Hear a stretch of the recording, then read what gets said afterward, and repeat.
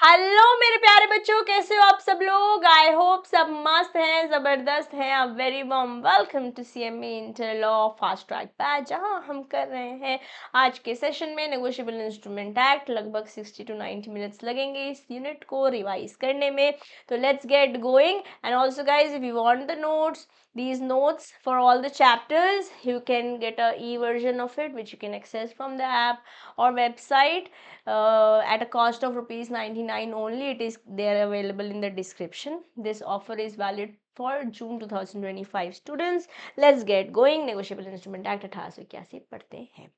अब basically act को लाने का एजेंडा ही क्या था कि मॉनेटरी ट्रांजैक्शंस को सिंप्लीफाई किया जा सके और रिड्यूस किया जा सके रिस्क, जैसे कि थेफ्ट है, रॉबरी है।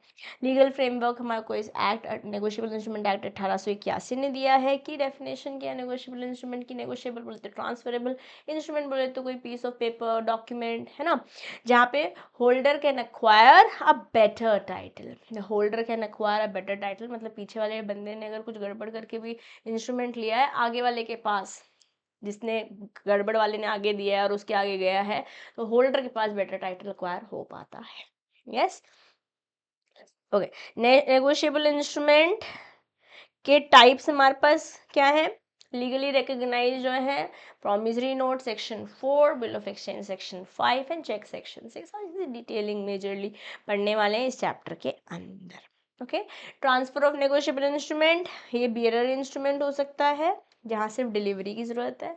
ये ऑर्डर इंस्ट्रूमेंट हो सकता है जहाँ एंडोर्समेंट और डिलीवरी दोनों लगेगा। और मैंने यहाँ पे डार्लिंग मूवी का एग्जाम्पल लिया था, right. Unit 4 first session. Let me try show it to you. Hamza और कासिम किसाई, है ना, लिए थे मैंने वाले एग्जाम्पल्स। बहुत अच्छे से हमने कंटेंट स्टार्टिंग से पढ़ा था।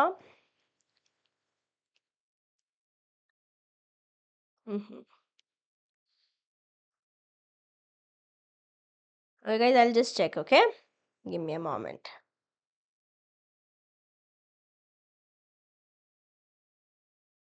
लेक्चर 8 पे पहुंच गए, मैं फर्स्ट लेक्चर चाहिए ना। Let me check it, okay? Let me just quickly check it. Here we have, yes, Hamza, Badrunnisa और कासिम किसाई का एग्जाम्पल लिया था हमने जब हमने ये चैप्टर शुरू किया था, राइट। क्या बोला था अपन ने कि हमजा ने बदरुन्निसा को सामान बेचा। Instead of paying cash immediately, Badrunnisa ने एक हमजा को प्रॉमिसरी नोट दे दिया, जो कि एक नेगोशिएबल इंस्ट्रूमेंट है, जिसमें 60 दिन के बाद पेमेंट होनी थी। प्रॉमिस ऐसा हो रखा था। प्रॉमिसरी नोट में देखा था, लिखा था पेमेंट देना है या तो हमजा को या हमजा के ऑर्डर को। तो हमजा तो अगर अगर ऑर्डर नहीं लिखा होता तो खाली बीरर को मिल जाता, बट ऑर्डर भी है, मतलब अगर हमजा किसी और को फर्दर देना चाहे, जैसे हमारे केस में हमजा जो है कासिम की साइड को देना चाह रहा था इंस्ट्रूमेंट की, उसने उसकी पेमेंट करनी थी, तो it can also B endorsed, it can also be endorsed and delivered, which is an order instrument. Yes, तो transfer of negotiable instrument bearer instrument भी हो सकता है, ऑर्डर इंस्ट्रूमेंट भी हो सकता है। बियर में खाली डिलीवरी चाहिए होती है, ऑर्डर में एंडोर्समेंट डिलीवरी दोनों हो सकती है। फीचर्स क्या है नेगोशिएबल इंस्ट्रूमेंट एक्ट के, ट्रांसफरेबिलिटी इजी है, रिटन फॉर्मेट में होगा, डेफिनेट टाइमलाइन है, जैसे 60 दिन बोला है ना हमारे एग्जाम्पल में। It could B 15 days, 30 days, time can very, but the example that I just show you had 60 days। Specified होंगी पार्टीज, जैसे हमारे केस में बदरुन्निसा और हमजा थे, है ना, फिर कासिम किसाई आ गए थे। या तो प्रॉमिस होगा या इंस्ट्रक्शन होगा। Promise happens in promissory note, instruction happens in bill of exchange, और चेक भी एक तरीके का बिल ऑफ एक्सचेंज ही होता है।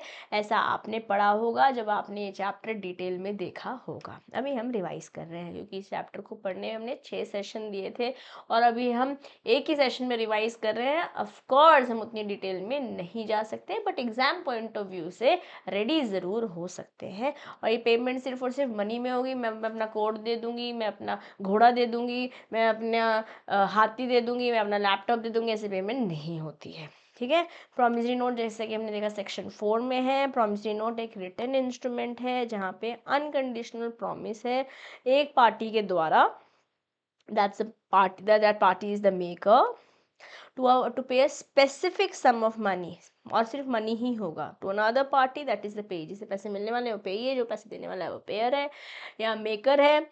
यस, और their order, it could be और देयर ऑर्डर, लाइक बदरुन्निसा ने दिया था हमजा को, हमजा ने कासिम की साइड को दे दिया। Okay, this example, I promise to pay B rupees 50,000, that's a valid promissory note. Invalid क्या हो सकता है? I promise to pay rupees 50,000 after my marriage, it can not be conditional. yes, it cannot be subjective to something, it is a definite timeline. okay,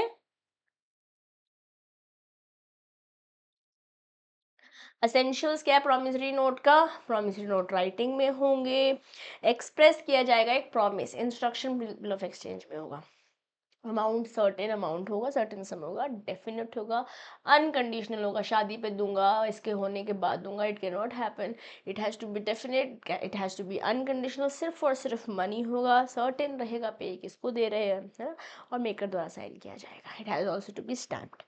case लो है हमारे पास Sant Singh versus Madan Das Panika. Case law याद करना है, आपको मैंने क्लास में याद कराया है, और जो बच्चे मेरे साथ अभी जुड़े हैं, आई हाईली रिकमेंड कि आपके पास ये नोट्स होंगे तो आपको चीज़ें रिवाइज करना बहुत आसान हो जाएगा।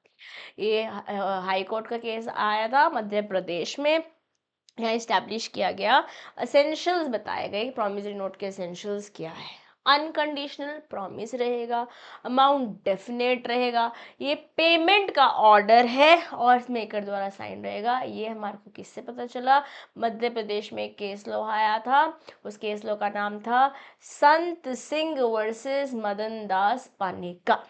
ओके, और एक और केस आया था बहादुर निसा, बदरुन्निसा नहीं, बहादुर निसा versus Vasudev.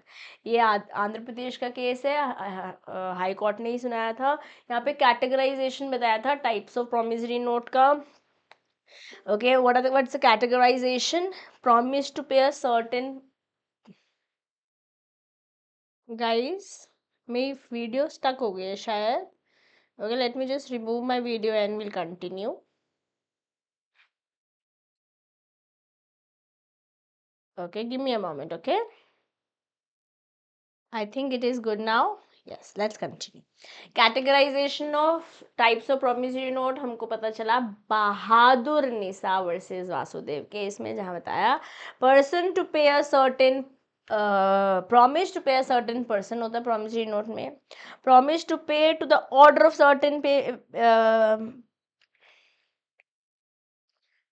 Order of certain person भी हो सकता है, and promise to pay the bearer भी हो सकता है। These are types of categorisation of promissory note. I hope you have learned it both the case, चाहे वो संत सिंह वर्सेस मदन दास पनिका थे, चाहे वो बदरुन्निसा वर्सेस वासुदेव थे, दोनों ही प्रॉमिसरी नोट से रिलेटेड केस लॉज हैं। Now let's talk about bill of exchange. Bill of exchange is spoken about in section 5. ये एक रिटन इंस्ट्रूमेंट है। अगेन ये क्या है? पीछे प्रॉमिस था, अनकंडीशनल प्रॉमिस था, यहाँ पे अनकंडीशनल ऑर्डर है, अंडरटेकिंग है, made by one party, here the party is known as the drawer. हम मेकर और पेई थे, यहाँ पे जो बना रहे हैं वो ड्रॉर है। Directing another person, that's the ड्रॉई, to pay a specific sum of money to the third party, the payee or their order. So what are the parties? एक तो ड्रॉर है जिसने बिल बनाया है, ड्रॉई है जिस पर बनाया गया है, इसमें आपने मेरे पैसे देने हैं, लेट्स से आपने मेरे से सामान खरीदा तो मैंने बिल बनाया, आपने कहा कि मैं बाद में दे दूंगा, इसके लिए इंस्ट्रूमेंट बना रहे हैं, मैंने एक बिल बनाया तो मैं बन गई ड्रॉर, आपको दिया कि भाई साइन करके दे दो कि आप मेरे पैसे दे दोगे, तो आप बन गए ड्रॉई। अब पेई मैं भी हो सकती हूँ अगर मैंने अपने पास ही रख लिया, और अगर मैंने किसी और को ऑर्डर कर दिया कि मैं किसी और को पेमेंट कर रही हूँ, एंडोर्स कर दिया, नेगोशिएट कर दिया, तो वो बन जाएगा payee to whom the money is paid. Yes, जैसे ही ड्रॉई साइन कर देता है वो एक्सेप्ट कर लेता है, वो उसकी प्राइमरी लाइबिलिटी हो जाती है और ड्रॉर की सेकेंडरी लाइबिलिटी होती है। लेट्स से मैंने किसी और को दे दिया, अब वैसे प्राइमरीली तो आपने ही देने हैं पैसे, लेट्स से आप नहीं देते हैं तो वो बंदा कहेगा मेरे को तो पैसे दो तो मुझे देने होंगे, इसलिए मेरी लाइबिलिटी सेकेंडरी रहेगी। Okay, now what are the essentials of bill of exchange? ये भी स्टैम्प होगा, जैसे हमने पीछे देखा था, ये भी स्टैम्प होगा, रिटन में रहेगा, एक्सप्रेस किया जाएगा इन ऑर्डर टू पे, वहाँ पे प्रॉमिस टू पे किया जा रहा था, या सर्टेन होगा, मन सम डेफिनेट होगा, अनकंडीशनल होगा, ऑलमोस्ट सब कुछ सेम है अपार्ट फ्रॉम दैट, सिर्फ और सिर्फ मनी ही होगा। जैसे यहाँ पे मेकर और पेई था, यहाँ पर ड्रॉई और पेई रहेंगे, साइन बाय द मेकर होगा, and it was also to be stamped. Okay, यहाँ पे हमारे पास केस लॉ है Sinha versus Bidu Bhushan, Bidu Bhushan. Okay, they यहाँ कैलकाटा का केस है। यहाँ पे क्या हुआ था, यहाँ पे क्लासीफाई किया गया that bill of exchange, basically clarify किया गया कि bill of exchange must contain an order to accept और टू पे, या तो एक्सेप्ट करने के लिए या पे करने के लिए order. Absence of such direction disqualifies being bill of exchange of hundi from bill of exchange, from being bill of exchange of hundi. ठीक है, तो अगर यहाँ पर इट इज अ मस्ट, यहाँ बताया गया सिन्हा वर्सेस बीड़ू बंधु दास, कैलकाटा के हाई कोर्ट से केस लो आया था, बताया गया कि बिल ऑफ एक्सचेंज में बताना पड़ेगा, it is a must that it should contain an order to accept और टू पे, और अगर ये नहीं होगा तो बिल ऑफ एक्सचेंज नहीं होगा। ओके, चेक सेक्शन 6 में बता रखा है मेजरली पूरे नेगोशिएबल इंस्ट्रूमेंट में हम बातें चेक की करते हैं majority of the time in our subject also, in our syllabus also. Cheque बात कर रहे हैं सेक्शन 6 में, बिल ऑफ एक्सचेंज ही तरीके, मतलब cheque is also kind of bill of exchange. Okay, bill of exchange on a specified banker payable on demand, demand पे किया जाएगा। इलेक्ट्रॉनिक भी हो सकता है, ट्रंकेटेड भी हो सकता है। मैंने क्लास में इलेक्ट्रॉनिक ट्रंकेटेड बहुत डिटेल में बताया था, बिकॉज ऑफ लिमिटेड टाइम अब मैं इसकी इतनी डिटेलिंग में नहीं जाऊंगी। अब हम चलेंगे आगे, that is we are going to talk about parties to the cheque. जैसे ड्रॉर ड्रॉई पे ही था बिल ऑफ एक्सचेंज में, सेम यहाँ पर भी है। ड्रॉर वो है जिसने चेक बनाया है, ड्रॉई वो है बैंक जिस पे चेक बनाया गया है, यस, और पे वो है जिसको पैसे मिलने वाले हैं। ओके, असेंशियल्स क्या है, जैसे हमने पीछे दोनों में देखा था, स्टैम्प्ड रहेगा, ये पेबल ऑन डिमांड होगा, रिटर्न रहेगा, ऑर्डर रहेगा, सर्टेन रहेगा, डेफिनेट रहेगा, अनकंडीशनल रहेगा, सिर्फ और सिर्फ पैसे ही होंगे। स्पेसिफाइड बैंकर पे बनाया जाएगा, जैसे मेरा अकाउंट सिटी बैंक में है या HDFC बैंक में, तो उसी बैंक पे बनाऊंगी तो ड्रॉइंग यहाँ पे सर्टेन रहने वाला है और मेकर द्वारा साइन किया जाएगा। ये याद करने सारी बातचीत, यस आई होप अभी तक याद कर चुके होंगे, अगर नहीं किए हैं तो ये टॉपिक्स भी याद करने हैं। तीनों केस लॉज जो अभी तक मैंने बताए हैं वो तीनों ही केस लॉज बहुत बहुत इंपॉर्टेंट है, just in case negotiable instrument पे ही क्वेश्चन आ जाता है। तो आई highly recommend that you should write all the section भी डिफिकल्ट नहीं है 4-5 और ये तीनों केस लॉज भी बिल्कुल डिफिकल्ट नहीं है। ओके, मॉडर्न अमेंडमेंट्स और मॉडर्न एप्लीकेशन पे क्या बात करी गई है, क्या चर्चा गई है, आइए बात करेंगे। 2015 में इलेक्ट्रॉनिक और ट्रंकेटेड चेक्स पर अमेंडमेंट आई। सो बेसिकली यहाँ पे क्या बताया गया, जैसे बेसिकली ट्रंकेटेड चेक में क्या होता है, फिजिकल मूवमेंट नहीं होती चेक की, यस, जो पेई बैंक है और रिसीविंग बैंक है ना, दोनों बैंक्स के बीच में जो ट्रांजैक्शन मूवमेंट होती है, जैसे HDFC बैंक है और ये PNB है, दोनों अलग अलग बैंक है, मूवमेंट होती थी फिजिकली, चीज़ें थोड़ी सी प्रोसेस में टाइम लगता था और खोने एटसेट्रा का बहुत टाइम प्रोसेस हो सकता था। ट्रंकेटेड चेक में फिजिकल कॉपी मूव नहीं होती, इलेक्ट्रॉनिक इमेज मूव होती है, इसका मैं शॉर्ट वर्जन बता रही हूँ ट्रंकेटेड चेक। यहाँ पीछे जो लोग इन्वॉल्व होते हैं जैसे कि क्लियरिंग हाउस डिजिटली प्रोसेस कर देते हैं और फिजिकल हैंडलिंग रिड्यूस हो जाती है, फिर जो फिजिकल चेक है ये वेयर हाउस में स्टोर कर दिया जाता है।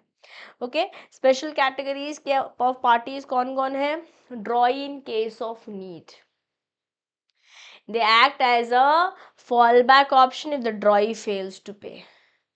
बहुत बेहतरीन एग्जाम्पल्स के साथ मैंने ये कंटेंट आपको समझाया हुआ है। अगर कोई पर्टिकुलर सेशन पर्टिकुलर टॉपिक का आपको नोट चाहिए होंगे, एग्जाम्पल्स चाहिए होंगे, do let me know in the comment box. Amazing examples के साथ मैंने ये टॉपिक्स क्लास में पढ़ाए हुए हैं। हर एक टॉपिक मैंने आपको मतलब I don't remember I have taught you anything specially in section A without examples. या सेक्शन ए में हमने सभी कुछ एग्जाम्पल्स के साथ ही पढ़ा है। या section as in your entire business law. Section B में हमने सिनेरियोज के साथ बातचीत करी है। सेक्शन सी तो कंपनीज एक्ट है, वहाँ पे हमने जहाँ एग्जाम्पल जरूरत है वहाँ एग्जाम्पल लगाए हैं, अदरवाइज चीज़ों को क्लास में याद ही करने की कोशिश करी है। फिर हम बात करते हैं सेक्शन डी के बारे में, वहाँ हमने फ्लो चार्ट से चीज़ें याद करी हैं, एनालॉजीज और एग्जाम्पल्स भी लिए हैं। या चलते हैं, या मैंने आपको अच्छा फ्रेंड्स का एग्जाम्पल लिया था, या All those who are appearing in December attempt can also enroll in the detailed classes, right? So that you will be able to have in detail understanding of the concepts as well. अभी देखिए देखिए ये ना accept draw in case of need, examples के साथ मैंने बहुत अच्छे अच्छे एग्जाम्पल्स के साथ आपको समझाए हुए हैं। जैसे एक बिजनेस है, इसका नाम ABC ट्रेडर्स है, जो इन्होंने ड्रॉ किया, he is basically the draw, इन्होंने सेल किया था, ठीक है, गुड्स XYZ कंपनी को, और एक बिल ऑफ एक्सचेंज इशू कर दिया, इन्होंने एक्सेप्ट कर दिया, XYZ प्राइवेट लिमिटेड ने एक्सेप्ट कर लिया, तो बन गए प्राइमरी लाइबिलिटी इनकी होगी, सेकेंडरी लाइबिलिटी ABC ट्रेडर की हो गई, 30 दिन के बाद पेमेंट करने की बात हुई। However the bill mentions that XYZ private limited defaults, mister PQR a third party will be the person to approach. तो ये जो क्योंकि थर्ड पर्सन मेंशन कर दिया तो ये बन गया draw in case of need. ठीक मेरे बेटे, ये बन गया drawing case of need. PQR is a drawing in case of need. Then acceptor takes the responsibility to honour the payment. जैसे एक्सेप्टर यहाँ पर PQR बन गए, है ना, तो बन जाएंगे। या फिर एग्जांपल लेते हैं, जॉन एक ड्रॉअर है, उन्होंने बिल ऑफ एक्सचेंज बनाया है सारा पे, ड्रॉई पे, ठीक है। अब सारा ने जब रिसीव किया तो वो एक्सेप्टर बन गई, जिसने साइन कर दिया वो एक्सेप्टर बन गए, या then we have acceptor for honour. Acceptor for honour क्या है, जैसे मान लेते हैं एलिस, उन्होंने ड्रॉ किया बिल ऑफ एक्सचेंज बेन पर, जो कि ब्रॉई हो गए, बेन ने रिफ्यूज कर दिया कि मैं नहीं एक्सेप्ट कर रहा, so it is protested for non acceptance, आपने सामान ले लिया, पैसे नहीं दे रहे हो। चार्ली एक वेल विशर है एलिस के, उन्होंने एक्सेप्ट कर लिया बेन के बिहाफ पे, ओके, अग्रीइंग टू पे 10,000, अगर बेन नहीं करते हैं तो चार्ली बन गए acceptor for honour because he accepts the bill to honour Alice's payments obligation, ठीक है। अगेन इवन दो कि ओरिजिनल नहीं कर रहा है तो, और पे वो बन दिए जिसको पैसे मिलने वाले हैं, पे वो बंदा जिस पैसे मिलने वाले हैं, final recipient of the payment. तो these are the people special categories of the parties in context of negotiable instrument, या very well. Now let's talk about holder. Important है, प्रीवियस ईयर में पूछे गए हैं। पे होल्डर इन ड्यू कोर्स तो बहुत बार आया है, तो आपको होल्डर पता होगा तो ही सेक्शन 10 बता पाएंगे ना। होल्डर क्या है, a person entitled in their own name, जो इंस्ट्रूमेंट को पोजेस कर सकते हैं, चाहे वो प्रोमिसरी नोट हो, बिल ऑफ एक्सचेंज हो या हो चेक, और रिकवर भी कर सकते हैं अमाउंट जो कि ड्यू है। If the instrument is lost या destroyed, खो गया, तो then the holder is the person entitled at the time of loss. Okay, यहाँ पे जुडिशियल प्रेसिडेंट है हमारे पास, इंटरप्रिटेशन है Anjaniya versus Nagappa. Okay, no right to recover if you are not a holder. आपके पास राइट टू रिकवर अगर नहीं है तो आप होल्डर ही नहीं है, होल्डर सेक्शन 8 में बता रखा है। मान लेते हैं कोई फाइंडर है, खो गया था, फाइंडर है, कोई थीफ है, कोई कोर्ट प्रोहिबिटेड पे ही है, you can not be a holder if you are not able to recover the amount, या holder in due course section 9 बात करेंगे, पेमेंट इन ड्यू कोर्स पे भी बात करेंगे, इन सब पे क्वेश्चन आ रखे हैं। Section 8, section 9, section 10, all of it is important, okay. A person who fulfils the following conditions is a person who is a holder in due course. Consideration दिया है आपने, उसके अगेंस्ट आपने इंस्ट्रूमेंट लिया है, या तो आप पेई हो या एंडोर्स हो, मतलब या तो पेमेंट आपको मिलनी थी या आगे आपने एंडोर्स कर दी है। अक्वायर किया है ये instrument before the due date, और no reason to defect, like no reason कि सस्पेक्शन हो कि कुछ तो गड़बड़ है, दया दरवाजा तोड़ दो टाइप्स, ऐसा कुछ नहीं हो रहा है, बेसिकली गुड फेथ में हो रहा है।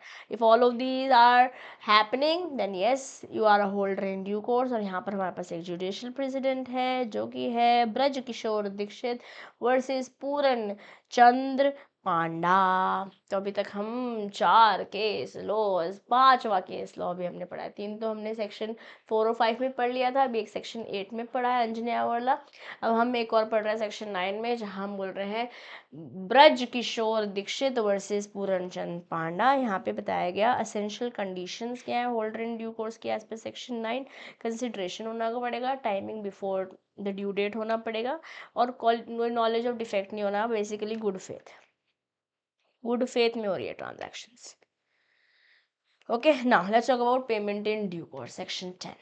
Okay, so holder in due course is spoken about in section 9, holder itself is spoken about in section 8, and payment in due course is spoken about in section 10. Okay, payment जैसे present करी गई, ठीक है, जिसको सबसे पहला check जो banker या जिसको इंस्ट्रूमेंट प्रेजेंट किया गया वो चेक करेगा, वो ये है क्या ये बंदा अपरेंट लग रहा है, इसको मिलना चाहिए। जैसे मान लेते हैं कोई एम्प्लॉई है, उसको किसी कंपनी का एम्प्लॉय हो, अपना बिजनेस चालू करने के 1 करोड़ रुपए ये कंपनी दे रही है, बताइए एपरेंट सा लग रहा है कि नॉर्मल कोर्स ऑफ बिजनेस में हो रहा होगा, नहीं हो रहा होगा, है ना। बट अगर लग रहा है नॉर्मल कोर्स ऑफ बिजनेस में चेक 1 हो गया, ओके, तो आप चेक 2 पे चलिए, क्या गुड फेथ में हो रहा है, हाँ। अगर और बैंक की तरफ से जो इंस्ट्रूमेंट पे कर रहा है उसकी तरफ से कोई नेग्लिजेंस नहीं होनी चाहिए, तो इसको पेमेंट इन ड्यू कोर्स ही बोल देंगे।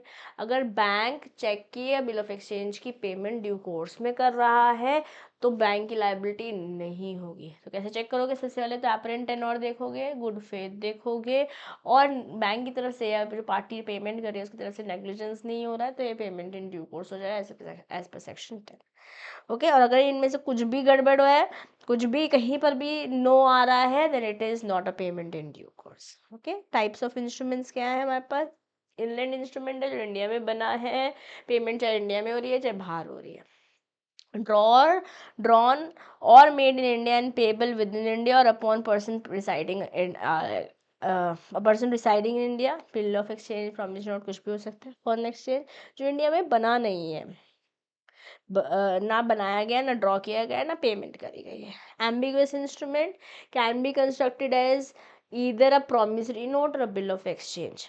Ambiguous, something is not clear. Okay, holder chooses, something is not clear as in कि मैं इसे promissory note मानूं या bill of exchange मानूं, या बिकॉज बिल ऑफ एक्सचेंज में अंडरटेकिंग होती है, अनकंडीशनल अंडरटेकिंग होती है, ऑर्डर होता है, प्रॉमिस नोट में प्रॉमिस होता है। जहाँ ये एम्बिग्विटी है कि मैं इसको जैसे ट्रीट करूँ या इसके जैसे ट्रीट करूँ, प्रॉमिस नोट जैसे ट्रीट करूँ, बिल ऑफ एक्सचेंज जैसे ट्रीट करूँ, उसे एम्बिगुअस इंस्ट्रूमेंट कहते हैं। Holder chooses how to treat it, basically holder will choose कि इसमें बिल ऑफ एक्सचेंज जैसे मान रहा हूँ कि प्रॉमिसरी नोट जैसे मान रहा हूँ। इंस्ट्रूमेंट पेबल ऑन डिमांड, कोई स्पेसिफिक टाइम नहीं होता है यहाँ पे, जब डिमांड कर दोगे तब कर दोगे। Promissory note, bill of exchange, cheque without a time limit. Cheque में तो हमारे पता है कि it become stale after how many months, बताइए 3 मंथ्स 6 मंथ्स, पहले 6 महीने हुआ करता था, अब कितना है, yes 3 months. Now inchoate stamped instrument, signed है, डिलीवर्ड है with blank, stamped according to the negotiable instrument law, allowing the holder to complete it with the details like the amount।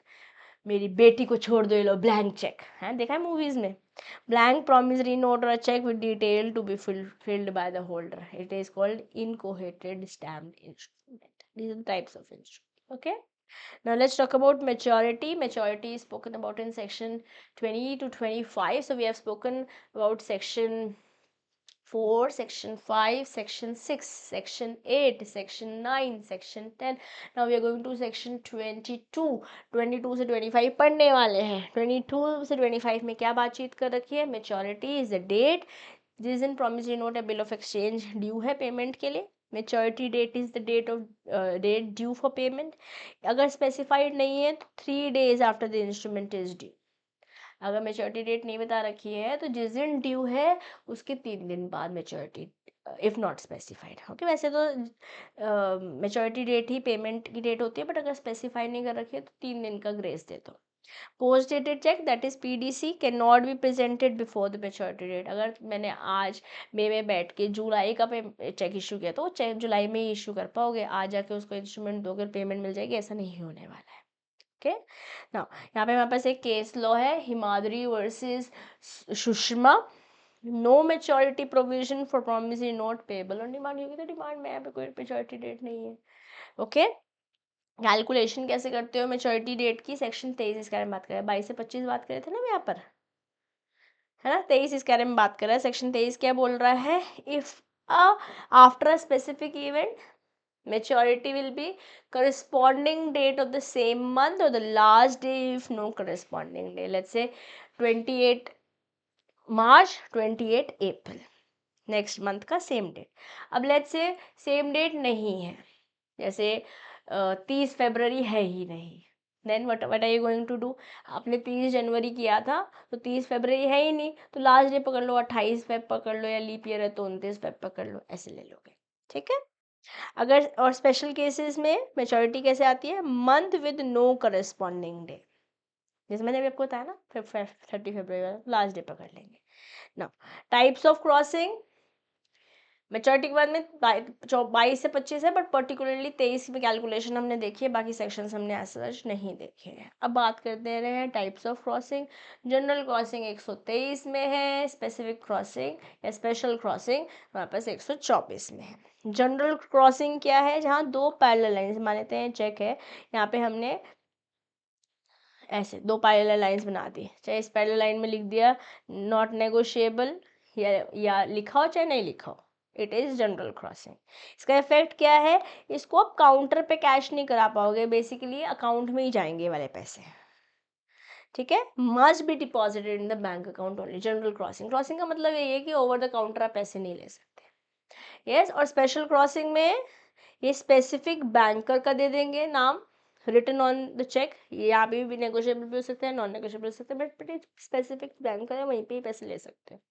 Okay, can only be process to the specific bank, ensures more security. General में bank के through ही होगा, particular bank के through ही होगा, it happens in special crossing.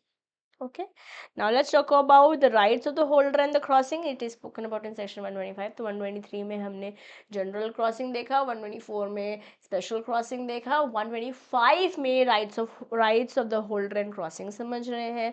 General crossing में holder can add a specific bank's name, okay, and can convert into special crossing. The holder can add not negotiable for additional security. ये rights of holder and crossing है। General को भी specific में करा जा सकता है और स्पेशल में भी नॉट नेगोशिएबल ऐड किया जा सकता है, ठीक मेरे बेटे। अगर किसी चेक पर नॉट नेगोशिएबल लिखा है, बट मैम ये तो नेगोशिएबल इंस्ट्रूमेंट है, फिर क्या करेंगे मेरे बेटे? अगर किसी चेक को क्रॉस किया गया है, चाहे वो जनरल हो चाहे स्पेशल हो, और उस पर नॉट नेगोशिएबल लगा दिया है, तो रेसिपिएंट जिसके पास अब अल्टीमेटली इंस्ट्रूमेंट पहुंचा है, वो further can not have a better title than the person for whom it was received. जिससे मिला है ना, जैसे मेरे से आपको मिला है, तो जितना मेरा टाइटल था वैसे ही मिल पाएगा अगर इस इंस्ट्रूमेंट में नॉट नेगोशिएबल लिखा है। इसके आगे अगर गया भी, तभी भी जिस पर्सन के पास जिससे पहले मिला था उतना ही बेटर टाइटल आपको मिल सकता है, उससे बेटर नहीं। अगर पीछे वाले का नहीं था टाइटल तो आपके पास नहीं पहुंचेगा अगर नॉट नेगोशिएबल लिखा है। अगर नहीं लिखा कुछ भी तो होल्डर के पास बेटर टाइटल होता है। ऐसा हमने बहुत अच्छे से एग्जाम्पल्स के साथ सूट्स का एग्जाम्पल लिया था। अगर आप नेगोशिएबल इंस्ट्रूमेंट को बेसिक नहीं जानते हैं, उसको रिवाइज करना चाहते हैं, तो guys you can also check foundation का, लाइक एंटायर फाउंडेशन से में foundation is available on the channel. अगर नेगोशिएबल इंस्ट्रूमेंट की बेसिक्स रिवाइज करना चाहते हो, चीज़ें बहुत अच्छे से क्लियर नहीं है, तो आई थिंक मैंने 5 अप्रॉक्सीमेटली आवर्स में सब 4 साढ़े 4-5 घंटे में मैंने नेगोशिएबल इंस्ट्रूमेंट एक्ट कवर किया हुआ है। But it is from foundation angle, of course inter में थोड़ा सा एडवांस्ड है, बट एटलीस्ट बेसिक्स क्लियर हो पाएंगे। 1.5 की स्पीड पे, 2 की स्पीड पर 2.5-3 घंटे लगाकर आप फटाफट से नेगोशिएबल इंस्ट्रूमेंट रिवाइज कर लो। 5 नंबर का पेपर इस बार भी आने वाला है यहाँ से, ठीक है, approximately as per the guidelines that have been given to us by CMAI। Okay, so I highly recommend in case negotiable instrument clear नहीं है तो ये टेक्निकल चैप्टर है, खाली रिवाइज करने बैठोगे शायद बहुत अच्छे से प्रोसेस नहीं कर पाओ, ठीक है। प्रोसेसिंग करने के लिए आप ये नेगोशिएबल इंस्ट्रूमेंट, अगर आपने पहले कहीं से कोई क्लासेस नहीं ली हैं तो आई हाईली रिकमेंड जो नेगोशिएबल इंस्ट्रूमेंट फाउंडेशन का चढ़ा हुआ है चैनल पर, उसको चेकआउट कर लो और फिर नोट्स पर देख लो, and you will be sorted for your exam, upcoming examination. Okay. Now let's continue. Okay, let's continue. Yeah, I was telling better title नहीं जाएगा। इफेक्ट क्या होगा? ट्रांसफरेबिलिटी लिमिट हो जाएगी, क्योंकि बेटर टाइटल ट्रांसफर होता था, इसलिए तो नेगोशिएबल इंस्ट्रूमेंट हम यूज कर रहे थे। इंश्योर करेगा holder can not endorse the cheque to another party with a better off title offer additional security by for preventing misuse. अब आप इसको कुछ एडिशन तो कर ही नहीं पाओगे, क्योंकि बेटर टाइटल तो आप ट्रांसफर ही नहीं कर सकते ना। नॉन लायबिलिटी ऑफ बैंकर मतलब होल्डर इन ड्यू कोर्स होगा, तो मेरा चश्मा, या होल्डर इन ड्यू कोर्स होगा तो लायबिलिटी नहीं होगी बैंक की, या सेक्शन 10 देखा ना अभी हमने, payment in due course actually. Non liability of banker for good faith payment, banker protect कर लिया जाता है from the liability to the true owner of the cheque. अगर चेक क्रॉस्ड है, जनरली या स्पेसिफिक अकाउंट में ट्रांसफर हुआ है, पेमेंट जो है गुड फेथ में हुई है और बिना नेग्लिजेंस की हुई है। ओके, एडिशनल क्लॉज है credit before payment. Now bankers can credit the check amount to the customer's account before receiving payment provided it is done in good faith। मतलब मैं बैंकर, मेरे अकाउंट में पैसे आए नहीं है, जिसने चेक बना के दिया और मैंने आगे दे दिए हैं, गुड फेथ में अगर पेमेंट करिए तो मुझे पेमेंट मिलेगी as a banker. Okay, truncated cheque, the banker must verify the cheque, that is genuineness cheque करनी पड़ेगी, ड्यू डिलिजेंस और ऑर्डिनरी कोर्स ऑफ बिजनेस में नॉर्मल जैसे बैंकिंग ट्रांजैक्शंस में होती है। And cheque for fraud, forgery and tampering, this is to be done by the bank, due diligence है ना। Now, let's talk about endorsement. I hope this is good. Additional clause is also good. When I'm talking about section 131, कहाँ protection मिलती है, important section है। अभी भी अगर आप फ्यूचर में कहीं कभी जाकर बैंक की जॉब करते हैं तो ये इंपॉर्टेंट सेक्शन आपके साथ रहने वाला है। Now let's talk about endorsement. It is spoken about in section 15. ठीक है, कौन है, क्या है endorsement? जो मेकर है, या जैसे मान लेते हैं बदरुन्निसा ने हमजा को दिया था, हमजा ने कासिम किसाई को दिया था। ठीक है, now it could be a holder, it could be a maker also. या तो होल्डर साइन करेगा या मेकर साइन करेगा। होल्डर क्या हो जाएगा, जैसे भाई केस में हमजा और बदरुन्निसा ने तो बनाया था तो शी वॉज द मेकर, तो नेगोशिएट कर सकते हैं फर्दर।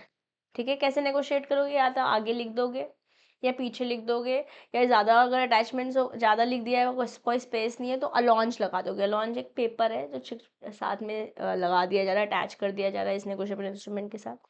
कौन करेगा, एंडोर्सर कर सकता है, एंडोर्सी भी कर सकता है। जैसे मेरे पास आया, मैं आगे फर्दर एंडोर्स करी, that can also be done, sign करके मैं आगे और एंडोर्स कर सकती हूँ। पर्पस यही है कि हम ट्रांसफर कर रहे हैं इंस्ट्रूमेंट की राइट किसी और बंदे को। दिस इज एंडोर्समेंट, सेक्शन 15 इसके बारे में बात कर रहे हैं। अब एसेंशियल्स क्या है किसी वैलिड एंडोर्समेंट के, लोकेशन लिखनी पड़ेगी, सिग्नेचर लिखना पड़ेगा, एंडोर्सी का नाम लिखना पड़ेगा जिसको एंडोर्स कर रहे हो, और डिलीवरी होनी पड़ेगी। All of these 4 are the essentials of a valid endorsement. ठीक है, कौन एंडोर्स कर सकता है एक बिल को, पे ही कर सकता है। फर्स्ट एंडोर्समेंट, जैसे मेरे पास आया था मैंने आगे फर्दर एंडोर्स कर दिया। होल्डर कर सकता है आगे, और मेकर तो कर ही मेकर क्या, जैसे मान लेते हैं लेट्स से मैंने आपको दिया, मैं मेकर थी, मैंने बनाया इंस्ट्रूमेंट, आपको दिया, आपने एक्स को दिया, एक्स ने वापस मुझे दे दिया, मेरे से शुरू हुआ था, अब मैं इसे फर्दर एंडोर्स नहीं कर, मैंने आपको दिया, आपने किसी और को दिया, उस किसी और ने किसी और को दिया, उस किसी और ने किसी और को दिया, ये चलता जा सकता है। बट जैसे ही इस पूरे प्रोसेस में घूम फिर के मेरे पास आ जाता है तो आगे नहीं जा पाएगा। This is what is said pay first endorsement किया इन्होंने, होल्डर के पास पहुंच गया, कैन एंडोर्स सब्सिक्वेंटली। अब सब्सिक्वेंट करा, लेट्स से मेकर के पास पहुंचा, but maker can not endorse as per section 15, maker further endorse नहीं कर पाएगा। एग्जाम्पल मैंने समझा दिया है। Types of endorsement very very important topic है। मैं आपको देती हूँ थोड़ा सा एक्सपोजर क्वेश्चंस का, कैसे क्वेश्चंस पूछ रखे हैं। मैंने सारे क्वेश्चंस आपके साथ क्लास में करे हैं। लास्ट सेशन हमेशा हमारा क्वेश्चंस का रहा है, क्वेश्चन बैंक का भी, और जो हमारे इंस्टीट्यूट के पीछे क्वेश्चंस दे रखे होते हैं, हमने एक पूरा डेडिकेटेड सेशन हर एक सेशन में करा, हर एक चैप्टर में किया। एंडोर्समेंट क्या है, सेक्शन 15 समझाना है अपन को। टाइप्स ऑफ एंडोर्समेंट भी समझा सकते हैं अगर क्वेश्चन ज़्यादा लंबा आता है। नेगोशिएशन और असाइनमेंट के बीच में क्वेश्चन बहुत इंपॉर्टेंट है, मैंने क्लास में बोला था, मैं अभी भी बोल रही हूँ, 2021 में भी क्वेश्चन आया है। नेगोशिएशन और असाइनमेंट के बीच में आपको डिफरेंस पता होना चाहिए। ऐसे ही holder is section 8, holder in due course is section 9, इन दोनों के बारे में भी हमें पता होना चाहिए। अभी अभी हमने रिवाइज किया, डिफरेंस भी हमें आना चाहिए। Okay, now there are few questions in context, some case based questions दे रखे हैं ना। केस बेस्ड क्वेश्चन तो पढ़ने से ही आपको स्ट्रॉन्ग कमांड बनेगी। ठीक है, डिसऑनर ऑफ चेक के बारे में अभी थोड़ी देर में बात करेंगे हम। नाउ चेक के बारे में बात कर रखा है, एडिशनल क्वालिफिकेशंस कैसी हैं इस पे क्वेश्चन आया हुआ है। चेक के बारे में तो ओवर पीरियड टाइम आज के सेशन में हम और भी ज़्यादा अच्छे से जानेंगे। अभी मैं आपको कोशिश कर रही हूँ समझाने की कैसे क्वेश्चंस आए हुए हैं। वैलिड एसेंशियल्स पूछा हुआ है बिल ऑफ एक्सचेंज का, तो जो हमने ऑलरेडी सेक्शन 5 पढ़ कर आए हैं, मैंने एसेंशियल्स भी आपको वहाँ बताए हैं। या देन जो क्वेश्चन हमने अभी टॉपिक्स हमने पढ़ लिया और वहाँ से जो क्वेश्चंस हैं अभी तक, I think I have covered them. Quite a few, बाकी आप पढ़ेंगे तो you'll get more idea, but you are able to see case based questions बहुत आ रखे हैं इस चैप्टर से। नेगोशिएबल इंस्ट्रूमेंट से बहुत सारे क्वेश्चंस केस बेस्ड हमारे को दिख रहे हैं। Okay, now let's take things forward, आगे बढ़ाते हैं। नेगोशिएबल इंस्ट्रूमेंट को टाइप्स ऑफ एंडोर्समेंट समझते हैं, ब्लैंक एंडोर्समेंट से चालू करते हैं। यहाँ पे एंडोर्समेंट सिर्फ अपना नाम लगा देते, लिख देते हैं, साइन कर देते हैं, ठीक है।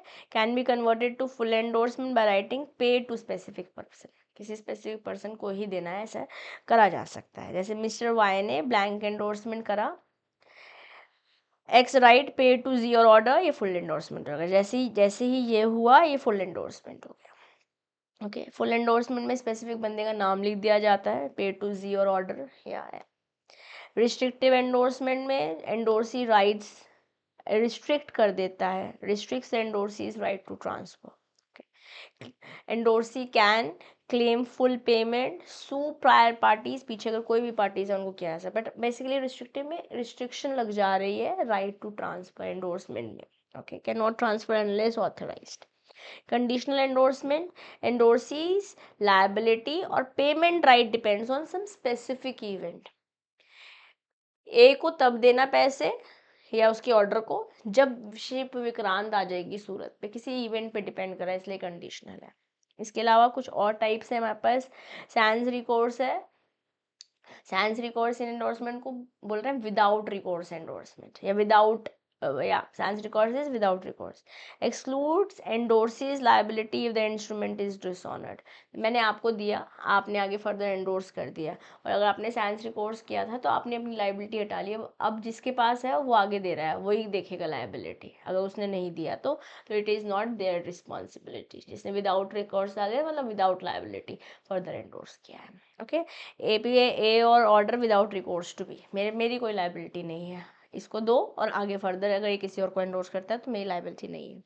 Sans frais endorsement without expense, indicate no expense should be incurred on endorsee's behalf, further किसी और को भेज देगा तो एक्सपेंसेस मेरे में नहीं है, ये हो जाएगा sans frais endorsement. Okay, then partial endorsement is endorses only part of the amount, generally वैसे तो ये इनवैलिड होता है, बट वैलिड हो सकता है if the part payment is recorded. जैसे फॉर एग्जाम्पल 500 का इंस्ट्रूमेंट है, 5,000 का इंस्ट्रूमेंट है, 4,000 के लिए एंडोर्स हुआ है, 1,000 ऑलरेडी पे कर चुके हैं, ओके फाइन, अवेलेबल है ना। फैकल्टेटिव एंडोर्समेंट, यहाँ पे आप अपनी राइट वेव कर दे रहे हो या लाइबिलिटी बढ़ा रहे हो, तो लाइबिलिटी कम कर दे रहे हो या बढ़ा दे रहे हो, इस तरीके से है ना, हो सकता है ना। आई होप यहाँ तक बातें क्लियर हो चुकी है, स्पेशल केसेस भी क्लियर है, in general types of endorsement is also clear. अगर यहाँ पे 7 नंबर का क्वेश्चन आता है, ये सारी बातें आपको लिखनी है स्टार्टिंग फ्रॉम सेक्शन 15, और ये नोट्स आई होप आपको एकदम दिल में बातें एकदम एग्जाम्पल सहित उतार देंगे, ठीक है। Now let's go to next topic, that is material alteration. Material alteration मतलब आपने चेंज कर दिया, कुछ ऐसा चेंज कर दिया जो बहुत इम्पैक्टफुल है, जैसे किसी की तो राइट बदल जा रही है, लाइबिलिटी बदल जा रही है, लीगल पोजीशन बदल जा रही है किसी पार्टी की, या फिर इनवैलिडेट कर दे रहा है instrument unless made with consent और common agenda, common intent. Okay, जैसे इफेक्ट क्या हुआ, इंस्ट्रूमेंट वॉइड हो जाएगा जैसे ही मटेरियल में से मटेरियल चेंजेस करते हो, and it discharges endorses liability, endorse जिसने किया उसकी लायबिलिटी भी खत्म, ठीक है। मटेरियल अल्ट्रेशन करिए, 1 0 एक्स्ट्रा लगा दिया, 1 0 कम कर दिया, something like that. Okay, alteration जो परमिटेड है वो ये है कि आप बियरर चेक को ऑर्डर चेक में क्रिएट कर सकते हो, क्रॉसिंग चेक करना कोई दिक्कत नहीं है, जनरल से स्पेशल भी कर सकते हो, कोई प्रॉब्लम नहीं है। Correcting mistake with the consent of parties allowed, consent है कोई दिक्कत नहीं है। कंप्लीटिंग एन इनकोहेट इंस्ट्रूमेंट, और हमें इनकोहेट पता है, जैसे हमने मेरी बेटी को छोड़ने के कितने पैसे लोगे टाइप्स, वो इनको है ब्लैंक जिसमें कोई साइन मतलब नाम नहीं लिखा, वो साइन वाइन करके दे दिया बस, वहाँ पे अलाउड है।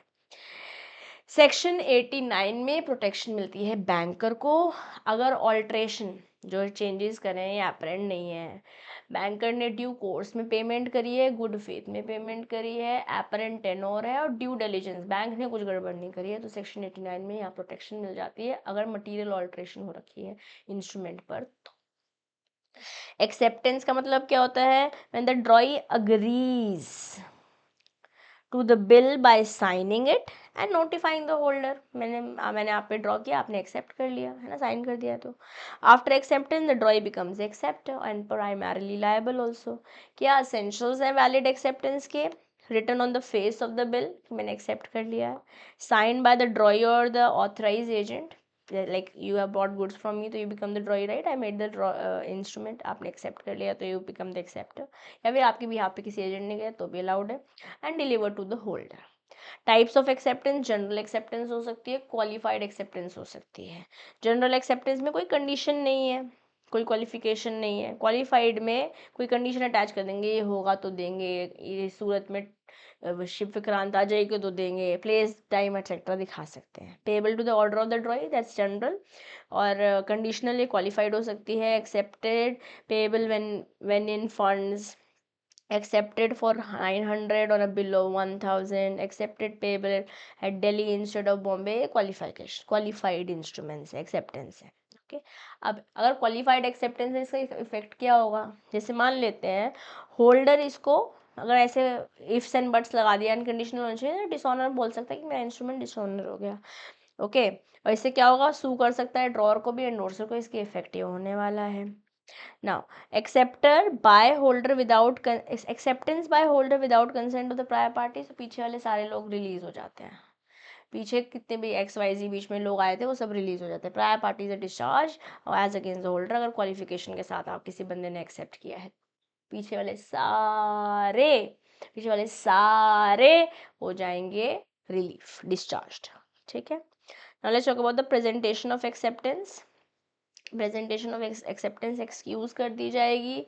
द ड्रॉई डीड और द ड्रॉई इज डेड और insolvent, the drawee is fictitious, कोई है ही नहीं इंसान, क्या बोलते हैं, मनगढ़ंत, ओके, इनकेपेबल है कॉन्ट्रैक्ट करने के तो, और drawee can not be found despite efforts, इन सब केसेस में प्रोटेक्शन मिल जाती है। प्रेजेंटेशन ऑफ एक्सेप्टेंस में एक्सक्यूज मिल जाएगा, बट नेसेसरी हो जाएगा when the bills payable after acceptance or after sight expressly required before payment या payable at a place other than the drawee residence, all of these cases में necessary है acceptance, but यहाँ पर excuse कर सकते हैं।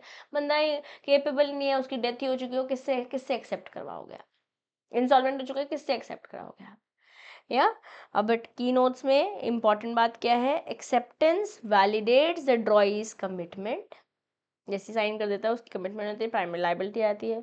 Qualified acceptance can lead to dishonour if not agreed by the holder, और अगर अग्री कर लेते तो पीछे वाले सब रिलीव हो जाते हैं। Excuses for presentation ensure flexibility in unique cases, like for example कोई माइनर है, कोई इनकेपेबल बंदा है जिसको आप एक्सेप्ट करा रहे हो instrument. Okay, now let's go to section 14। Endorsement 15 में देखा, 14 में नेगोशिएशन देख रहे हैं। आप देखो ज़्यादातर डेफिनेशन हमने जितने भी एक्ट्स पढ़े हैं अभी तक सेक्शन 2 में देख रहे हैं, बट यहाँ पर नेगोशिएबल इंस्ट्रूमेंट एक्ट एक ऐसा इंस्ट्रूमेंट, एक ऐसा एक्ट है जहाँ डेफिनेशन हमको सेक्शन 2 के अलावा बाकी जगह दिखाई देती है। ठीक है, तो नेगोशिएशन क्या है? नेगोशिएशन अक्कर होता है जब कोई प्रॉमिसरी नोट, कोई बिल ऑफ एक्सचेंज, कोई चेक ट्रांसफर किया जाता है किसी और बंदे को, making them the holder of the instrument. Okay, effective delivery authorise party से हो सकती है, कंडीशनल डिलीवरी भी हो सकती है। ऑथराइज पार्टी कौन है? बाय द मेकर और द एक्सेप्टर और द एंडोर्सर, या फिर इनमें से किसी का भी रिप्रेजेंटेटिव चलेगा, ये ऑथराइज्ड है।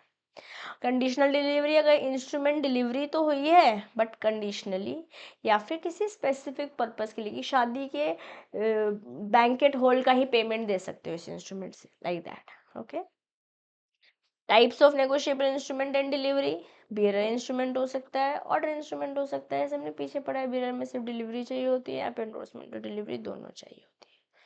नेगोशिएशन के टाइप, नेगोशिएशन बाय डिलीवरी हो सकती है, नेगोशिएशन बाय एंडोर्समेंट भी हो सकती है। डिलीवरी में सिंपली बियरर इंस्ट्रूमेंट डिलीवर कर देते हो आप। ठीक है, exception, conditional delivery is not negotiable unless the condition is fulfilled, कि जब तक विक्रांत शिप आ नहीं जाएगी सूरत तक पेमेंट नहीं होगी ना। ठीक है, इसका एग्जाम्पल हो सकता है agent as a holder, bank transfer, delivery से हो गया। एंडोर्समेंट और डिलीवरी दोनों चाहिए अगर नेगोशिएशन एंडोर्समेंट से हो रहा है तो। ये पीछे हमने सेक्शन 47 देखा, अब हम देख रहे हैं सेक्शन 48। कंडीशन क्या है, order instrument, negotiable by endorsement and delivery, तीनों हो रहा है। यहाँ पे हमारे पास केस लॉ है चेतराम वर्सेस मोहनलाल। मैंने क्लास में इसको बहुत अच्छे से याद कराने की कोशिश करी थी, अब आपको एफर्ट लगाना होगा, मैंने आपको स्क्रीन पे दिखा दिया है। आप पोज द सेशन ये नोट्स लेंगे, थोड़ा सा एफर्ट 1-1.5 घंटा लगाएंगे पोज द सेशन, क्योंकि 1-1.5 घंटा हम साथ लगा रहे हैं, 1-1.5 घंटा आप बाद में लगाते हैं, आपको चीज़ें बहुत अच्छे से याद हो पाएंगी। तो अगर आपने ये चैप्टर पे आपका थोड़ा सा हाथ टाइट है तो नोट्स आपको बहुत हेल्प करने वाले हैं। और मैंने आपको जैसे बताया कि फाउंडेशन का नेगोशिएबल इंस्ट्रूमेंट लगभग 5 घंटे में चैनल पर अपलोडेड है, 5 घंटे का सेशन है, आप उसे अटेंड कर सकते हैं अगर नेगोशिएबल इंस्ट्रूमेंट की बेसिक्स क्लियर नहीं है तो। ओके, नाउ क्या की प्रोविजंस है, सेक्शन 50 से लेके 57 तक हमारे पास की प्रोविजंस है। I just quickly read it out for you, if you want you can take a screenshot of it and also write it in notebook. Section 50 में रिस्ट्रिक्टेड एंडोर्समेंट है, पीछे हमने पढ़ा हुआ है इसके बारे में। 51 में एलिजिबिलिटी टू नेगोशिएट है। 52 में एंडोर्सेस लायबिलिटी एक्सक्लूजन है। 53 में rights derive from holder in due course है। 54 में endorsement in blank makes payable to bearer. 56 में no partial negotiation accept balance amount after partial amount, जैसे 1000 में से 900 के लिए लायबल है, 100 रुपये ऑलरेडी पे कर चुके, लाइक दैट। 57 में instruments obtained wrongfully unlawfully not negotiable, इसको बस 2 से 3 बार रीड लगाएंगे जितने हो पाए, या अच्छी बात है, नहीं तो हम अब सेक्शंस पे बहुत ज़्यादा टाइम इन वालों पर नहीं देंगे। Okay, now there are 2 case laws that have happened in context to this topic. Okay, we have Bhagwati Prasad versus Pahil Sundari. Okay, where transfer through partition grants suit right without endorsement. Okay, now Vasudev versus national saving bank, यहाँ पे restrictive endorsement में कुछ certain rights explicitly exclude हो जाती। Okay, now let's talk about, okay guys let's continue, let's talk about procedure for presentment. Chapter 5 इसके बारे में बात करता है, मैंने पूरे सेक्शंस आपको लगातार दिए हुए हैं।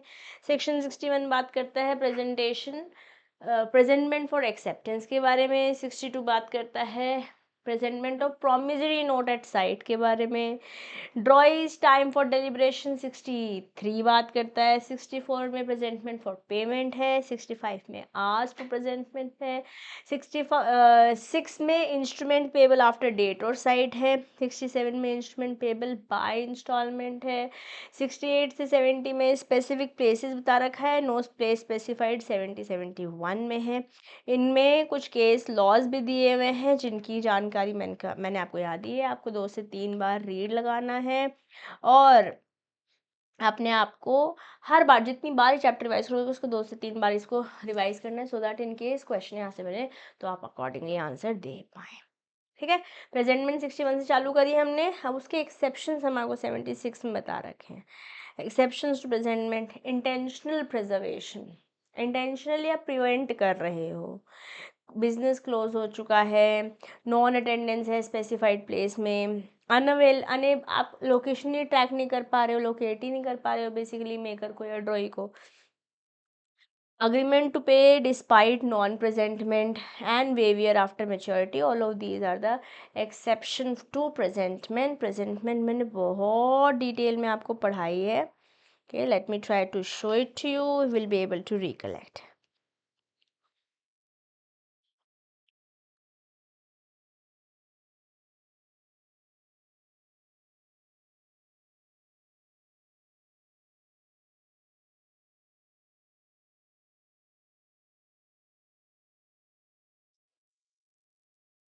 Let me just bring it for you.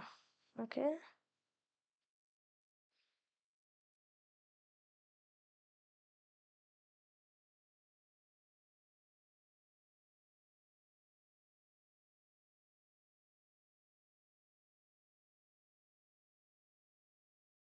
okay, this was lecture 4 I think.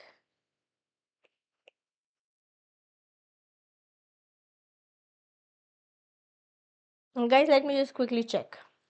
So guys, I'm not able to find the data, no worries.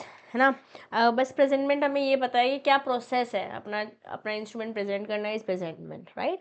Now let's talk about the interest of instruments. Chapter 6, chapter 5 पीछे था, chapter 6 पढ़ रहे हैं। Interest of instruments क्या है?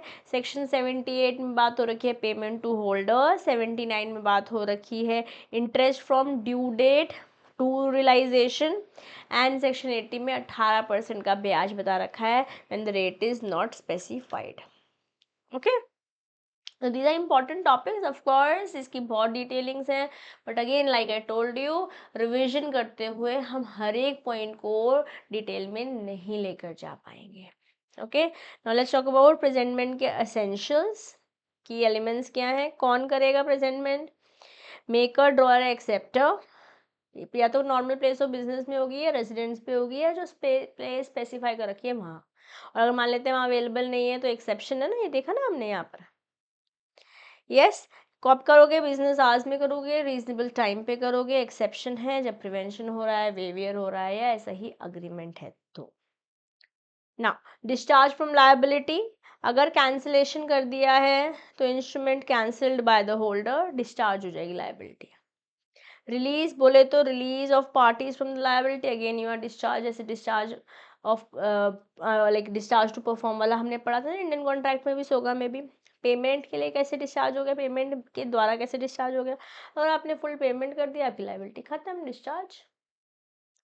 तो या तो कैंसिलेशन से, या आपने सामने वाले पार्टी को रिलीव कर दिया, रिलीज कर दिया है, या फिर आपने पेमेंट कर दिया, ऐसे आप डिस्चार्ज हो जाते हो। नाउ वो the parties to negotiable instrument, एक ड्रॉर है, एक ड्रॉई है, एक पेयर है, एक एंडोर्सी है और एक एंडोर्सर है। ड्रॉर वो है जिसने इंस्ट्रूमेंट बनाया है, ड्रॉई वो है जिस पे इंस्ट्रूमेंट बनाया गया उसने एक्सेप्ट किया है, पे वो है जिससे पैसे मिलने वाले हैं, एंडोर्सर वो है जिसके पास राइट है इंस्ट्रूमेंट को ट्रांसफर करने की, एंडोर्सी वो है जिसको इंस्ट्रूमेंट एंडोर्स किया गया है, ट्रांसफर किया गया है। या now let's talk about the capacity. Section 25 तक हम पहले पढ़े थे, 27 में देखा था, 26 नहीं देखा था, ये 26 देखेंगे। सेक्शन 26 बोल रहा है ये कोई भी बंदा जब केपेबल होता है कॉन्ट्रैक्ट में आने के लिए, है ना, वो अपने आप को भी बाइंड कर सकता है कॉन्ट्रैक्ट में और सामने वाली पार्टी को भी। Of course that party also has to be capable to contract, या any person capable of contracting can bind themselves and others, but exception है, माइनर है, वो बाइंड नहीं कर सकता खुद। और कोई कॉर्पोरेशन है तो let's say there is a corporation that is governed by some kind of law, हो सकता है वो नेगोशिएबल इंस्ट्रूमेंट में पार्टी ना हो पाए। Okay, now let's talk about agency. Section 27 इसके बारे में बात करता है। सेक्शन 27 क्या बोल रहा है? एजेंट के पास क्या अथॉरिटी है कि जो नॉर्मल बिजनेस में नॉर्मल ट्रांजैक्शंस करी जा सकती है, जनरली एक्सेप्टेड है, वो ओके कर लो। ओके, अब liability of principal, liability of agent. Section 27 में प्रिंसिपल की लायबिलिटी बता रखी है, 28 में एजेंट की लायबिलिटी बताई हुई है, but it does not include accepting bill of exchange or endorsing negotiable instrument. This is not included as a general practice, नहीं include नहीं होता है एजेंट की on behalf of principal. Okay, हमारे पास यहाँ केस लॉ है Ramanathan versus Baldev Singh. Principal not disclosed of a negotiable instrument can still be held liable if later discovered that the agent acted on principal's behalf. Principal के behalf पे किसी agent ने काम किया और किसी सामने वाली पार्टी को पता ही नहीं था principal कोई और है, तभी भी principal ही liable होगा agent के act के लिए जो भी negotiable instrument के context में हुआ है। ठीक है, एक और केस है हमारे पास M Rajagopal versus K S Ali, case इनाम Ali. Negotiable instrument act prevails over partnership act, very important. ये केस लो अपने दिल में, अपने दिमाग में अभी अभी उतार लो, अपनी नोटबुक में भी उतार लो। N I will prevail over partnership act. कौन सा केस लो बोल रहा है ऐसा? M Rajagopal versus K S Inam Ali. Okay, let's talk about the liabilities of representative. Section 29 तो हमने सेक्शन 26 देखा, 27 देखा, यस ये रहा 26 27। अब 29 पढ़ने चल दिए हैं। 29 में बात हो रही है रिप्रेजेंटेटिव्स की लाइबिलिटी। अगर मान लेते हैं सिनेरियो समझते हैं, अगर किसी प्रॉमिसरी नोट वगैरह कोई साइन किया है तो लाइबिलिटी पर्सनल लाइबिलिटी होगी unless limited, express limit to asset received, that could be a scenario. या लाइबिलिटी रिस्ट्रिक्ट कर दिया आपने कि जितने असेट रिसीव होंगे उसके जितना पैसा आएगा उस असेट से उतना ही पेमेंट हो पाएगी। So these could be the liabilities that can be restricted for the representatives. These are the two scenarios that we discussed. Now let's talk about the liability of the drawer. Secondary liability थी ना drawer की, primary liability तो drawer की थी जिसने accept किया था, जिसने sign किया था। Union Bank versus Swastika Motors, हमारे पास केस लो है। यहाँ बोला कि अगर डिसऑनर हुआ, नोटिस टू द ड्रॉर पहुंचा, तो ड्रॉर को कंपनसेट करना पड़ेगा। ओके, ड्रॉर को कंपनसेट करना पड़ता है। हो सकता है यहाँ से क्वेश्चन पूछ लिया जाए। So basically what is happening, drawer ने इशू किया लेट्स से एक बिल ऑफ एक्सचेंज, ड्रॉई ने उसे डिसऑनर कर दिया। अब डिसऑनर का नोटिस गया, ठीक है, तो ड्रॉअर को कंपनसेशन देनी पड़ेगी होल्डर को। ओके, जैसे मैंने आपको दिया, आपने किसी और को दिया, तो बेसिकली मैंने साइन करके, नहीं let's do it one second. आपने वैसे सामान खरीदा, मैंने बना के बिल आपको दिया, आपने साइन किया और मुझे दे दिया, तो मैं ड्रॉअर थी, आप ड्रॉई थे, मैंने फर्दर किसी और को दे दिया। आपने पेमेंट करनी थी उसको उस इंस्ट्रूमेंट की, बट डिसऑनर कर दिया। अब मेरे पास नोटिफिकेशन आई तो मुझे कंपनसेशन देनी पड़ेगी क्योंकि आपने पेमेंट नहीं करी है। ठीक है, ऐसा हमको सेक्शन 30 बोल रहा है। सेक्शन याद हो पाए अच्छी बात है, नहीं हो पाए तो कंसेप्ट से फोकस करना है, गलत सेक्शन एग्जाम में नहीं लिख कर आने हैं। ड्रॉई ऑफ चेक कौन है, अगर सफिशिएंट फंड्स हैं तो बैंक की रिक्वायरमेंट, बैंक की क्या लाइबिलिटी कि उसे पेमेंट करनी चाहिए। Condition, if there is sufficient funds must pay when required, अगर डिफॉल्ट करता है बैंक तो कंपनसेशन देनी पड़ेगी बैंक को, नाउ ड्रॉर को। ठीक है, the roles and liabilities under negotiable instrument act, acceptor की 33 34 में बता रखी है, इंडोर्सर की 35 में बता रखी है, प्रायर पार्टीज की 36 में बताई हुई है, प्रिंसिपल की 37 में बता रखी है। ये सारी लाइबिलिटीज की मतलब रोल एंड लाइबिलिटीज बता रखी है एन एक्ट में इन पार्टीज की। किस किस की, एक्सेप्टर, इंडोर्सर, एक्सेप्टर की 33 34 में बता रखी है, इंडोर्सर की 35 में बता रखी है, प्रायर पार्टीज की 36 में बता रखी है, प्रिंसिपल की 37 में बता रखी है। ठीक है, now let's talk about only drawee can be the acceptor. Who can accept? Drawee or multiple drawees, same सब, कोई से या सारे, सम और all. Okay, drawee named in case of need, in case of need, in case of honour, सारी बातें पढ़ा कर आई हूँ अभी थोड़ी देर पहले। ठीक है ना, एक्सेप्टर फॉर ऑनर भी हो सकता है। स्पेशल केसेस में ड्रॉई can accept through an agent, जैसे कि सेक्शन 26 27 पीछे बोल रहा है, 26 27 अभी पढ़ा है ना प्रिंसिपल एजेंट वाला। Yes, very well. Now let's go to, okay, there is a case law, Manik Chand versus chartered bank. If you are able to process it well, otherwise I'll not focus here, I'll take things forward now. Section 34 बोल रहा है acceptance by several drawee who are not partners. Drawee who are partners can act for each other because ये तो वैसे भी jointly severally liable होते ही हैं। Drawees not partners can only accept for themselves. अगर partners नहीं, सिर्फ अपने आप के लिए ही आप accept कर सकते हो, किसी और के लिए नहीं कर सकते। Cannot accept on behalf of others without explicit authority. अगर आपके पास explicit authority है, सिर्फ और सिर्फ उसी सिनेरियो में आप किसी और के behalf पे accept कर सकते हो कोई इंस्ट्रूमेंट। ओके, सेक्शन 35 जो ऊपर हमने 33 34 35 36 37 बोला ना, प्रिंसिपल 37 तक पहुँचते पहुँचते सबकी डिटेलिंग पढ़ रहे हैं। लाइबिलिटी ऑफ इंडोर्सर क्या है, मेच्योरिटी से पहले, ये है, इन endorser binds themselves to subsequent holders unless liability is explicitly excluded or conditional, जैसे कि हमने sans recourse बोला, अगर ऐसे स्पेसिफिकली बोल दिया तो ठीक है, otherwise no. In case of dishonour liability क्या है इंडोर्सर की, कोई भी लॉस, कोई भी डैमेज कॉज हुआ है डिसऑनर की वजह से, उसके लिए कंपनसेशन देनी पड़ेगी। बस यहाँ पे आपको ड्यू नोटिस तो देना पड़ेगा ना बंदे को कि डिसऑनर हो गया है। ओके, 36 में liability of prior parties the holder in due course, they can claim liability from all prior parties, पीछे वाला सब लोग लाइबल कर से हो सकते हैं होल्डर इन ड्यू कोर्स के लिए, until the instrument is duly satisfied. The maker, drawer and acceptor as principal debtor is the basic, who is the principal debtor? Maker of the promissory note और the cheque, और the drawee of the drawer of the bill of exchange, क्योंकि drawee तो की second liability थी, prime liability तो drawer की होती है ना, और या फिर acceptor of the bill, generally draw of the bill, drawee of the bill ही होता है, ठीक है ना। श्योरिटीज, बाकी सारी पार्टीज श्योरिटी जैसे एक्ट करती हैं, जो जो लोग भी इन्वॉल्व हुए हैं इस पूरे एंडोर्समेंट की चेन में। सेक्शन 40 बात करता है इम्पेयरमेंट ऑफ इंडोर्सर्स रेमेडी। अगर होल्डर ने डिस्ट्रॉय कर दिया या इम्पेयर कर दिया इंडोर्सर को कि वो अपने लिए कोई उपचार, कोई रेमेडी नहीं ले सकता, और भी बिना कंसेंट के, okay, is endorser's remedy against prior party is impaired? Yes, if that's the case, endorser's discharge as if paid at maturity, maturity पैसे पेमेंट, जैसे मेच्योरिटी पेमेंट होती है वैसे डिस्चार्ज कर दिया जाएगा।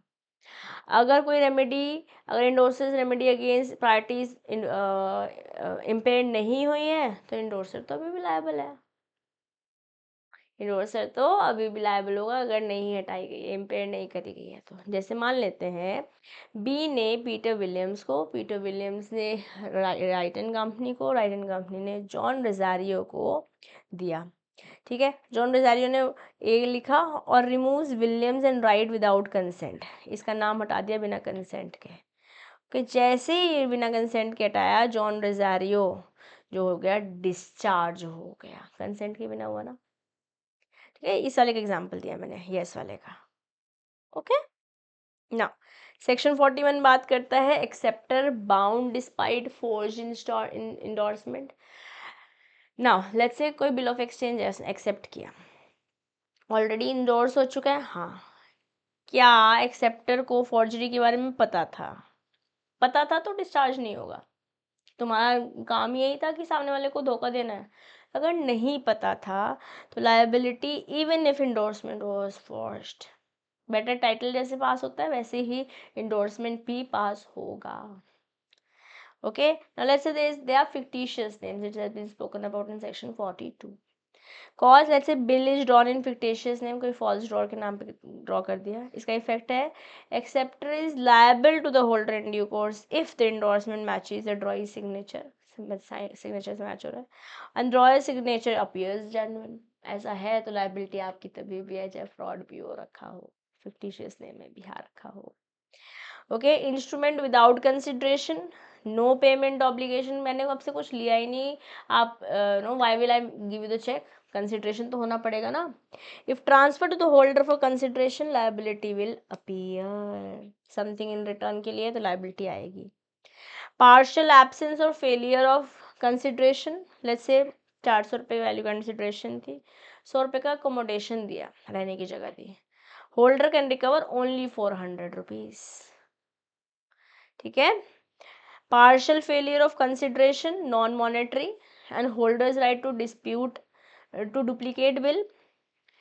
Partial failure of consideration monetary अगर नहीं है तो जो प्रोमिसरी नोट है, बिल ऑफ एक्सचेंज है, चेक है, it is sign for consideration, partly non monetary. Monetary part ascertainable है, असर्टेन कर सकते हो मॉनेटरी पार्ट को in money without collateral inquiry, अगर कर सकते हो तो प्रपोर्शन ऑफ द फेलियर मान लोगे, सम रिड्यूस कर लोगे प्रोपोर्शनेटली, जितना आप कैश में मतलब कंसिडरेशन में कन्वर्ट किया जा सकता है। अगर असर्टेनेबल ही नहीं है तो क्या काटोगे आप, किसको रिड्यूस करोगे, not be able to reduce it, या। सेक्शन 45 ए में क्या स्टेप्स हैं ये देखेंगे। पहले होल्डर के पास एक बिल था जो खो गया, due over due, before it's over due खो गया, होल्डर ने अप्लाई किया कि डुप्लीकेट दे दो भैया मुझे for the same tenure. Drawer में रिक्वायर सिक्योरिटी फॉर इंडेमनिटी, जैसे हमने कॉन्ट्रैक्ट ऑफ इंडेमनिटी पढ़ा है 124 से 125 में इंडियन कॉन्ट्रैक्ट एक्ट के अंदर। If the drawer refuses holder में compel the drawer to issue a duplicate bill. मना कैसे कर रहे हो भैया, दो ना इंडेमनिटी बॉन्ड तो मैं फिल करके को तैयार हूँ। जैसे मान लेते हैं 10,000 रुपये का बिल था, नॉन मॉनिटरी कंसिडरेशन जैसे 4,000 की गुड हुई, तो non monetary part fails entirely, holder is entitled to ₹6,000 only, okay। चलो now let's talk about dishonor of instrument, very important, मुझे लगता है इस बार एग्जाम में यहाँ से क्वेश्चन आने वाला है, डिसऑनर ऑफ इंस्ट्रूमेंट के बारे में बात करते हैं, okay, so dishonour of instrument कैसे होगा? नॉन एक्सेप्टेंस के लिए 91 बात करता है, नॉन पेमेंट के लिए 92 बात करता है। फिर से, नॉन एक्सेप्टेंस की 91 बोलता है, नॉन पेमेंट के लिए 92 बोलता है। ठीक है, नॉन एक्सेप्टेंस बोले तो ड्रॉई ने रिफ्यूज ही कर दिया कि वो एक्सेप्ट नहीं करेगा, या फिर अनक्वालिफाइड एक्सेप्टेंस नहीं करेगा, या ड्रॉई इनकम्पिटेंट है, या फिर एक्सक्यूज्ड है फ्रॉम प्रेजेंटमेंट, जो हमने थोड़ी देर पहले प्रेजेंटमेंट के बारे में बात करी थी। नॉन पेमेंट या तो मेकर या तो एक्सेप्टर या ड्रॉई पेमेंट करने को मना कर देते हैं जब ड्यू हुआ तो। ओके, तो this is how dishonour happens. पूरा प्रोसेस क्या है, यहाँ से एग्जाम में क्वेश्चंस फाउंडेशन में पूछे जाते थे, अभी भी पूछे जाएंगे। Okay, who gives the notice? The holder gives the notice under section 93। 91 92 तो पीछे पढ़ लिया, 93 में holder. How to give the notice? Return दोगे बाय पोस्ट या फिर रोल दोगे 94 के अंदर। किसको दोगे? जो पार्टीज लायबल है उनको। टाइमिंग रीजनेबल टाइम में दे दोगे, 5 साल बाद चले जाओगे, चेक बाउंस हुआ था, नहीं होगा कुछ। ओके, प्लेस, बिजनेस और the residence of the recipient, वहाँ पर भेजोगे। केस लॉ है हमारे पास, Union Bank versus Dinanath. Union Bank versus Dinanath. When the notice is not necessary, section 98 इस बारे में बात करता है। When it is waived by the party, party ने वेव कर दिया। ड्रॉ स्टॉप्ड और काउंटर माइंडेड द पेमेंट, मैंने चेक तो इशू किया बट मैंने चेक स्टॉप करा दिया। कोई डैमेज कॉज नहीं हुआ है, पार्टी को ढूंढ ही नहीं पा रहे हो आप, जैसे प्रेजेंटमेंट में, वैसे यहाँ पर भी लोकेशन नहीं साइड कर पा रहे थे, लोकेट नहीं कर पा रहे थे ना पार्टी को। इसी तरीके से एक्सेप्टर ही ड्रॉई है, ड्रॉर है, नॉन नेगोशिएबल प्रॉमिसरी नोट है, अनकंडीशनल प्रॉमिस है टू पे despite dishonour. All of these cases notice यहाँ पे ज़रूरत ही नहीं है, इन सारे केसेस में नोटिस नहीं, इसको बाय हार्ट करना पड़ेगा, you will have to by heart these. Okay, process क्या है? डिसऑनर हुआ जैसे, पेमेंट नहीं आ रही है, ठीक है, होल्डर नोटिफाई करेगा 93 के अंदर। If received, recipient must notify the prior parties. If instrument was deposited with an agent, agent must inform the principal.